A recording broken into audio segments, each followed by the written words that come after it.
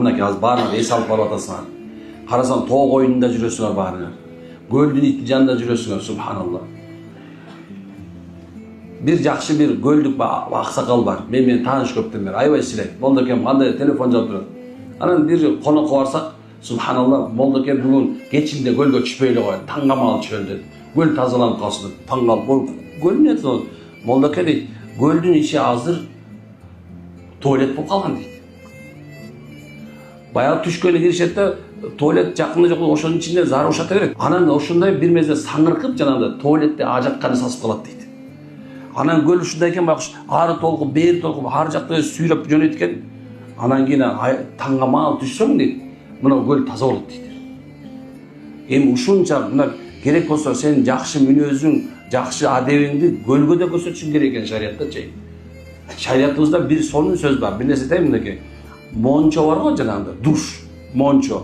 Ошонун ичине заара ушатуу кедейлик аппарат деп алымдар айткан. Ана мен таң калып калдым, бул эмне себептен бул тасаввуф алымдар ушунча эми мончо эмне болуптур деп карап көрсөм мончонун ичи субханалла баягы саска саскозо турган болсо, туалеттин жанагында бир саңыркап эле эме сасып калат экен да. Анан ал сасыган жерге кайра жуунуштун өзү канчалык турабы? Адеп иретинде айтып коюптур, коркутуп, кедей болуп каласың депчи. Ол мончонун ичине, душтун ичине эми Кудай жаратып койгон жердин мончогу болгон субханалла.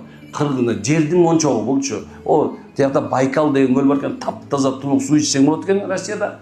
О, Кыргызстанда болсо болот. Бул эң бийик деңгээлде чокулачу жулуу болгон көл биздин көл ушул экен.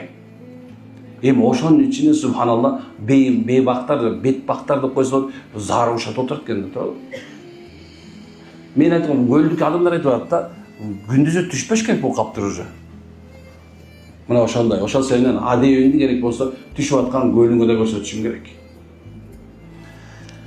Муну айтпай турган сөз эле айтылып кетти эле. Бирок айтып койдум субханалла. Ал көлгө баргандан да эме алып калдык. Бирок эми субханалла мусулманчылык көрсөтүшүбүз керек.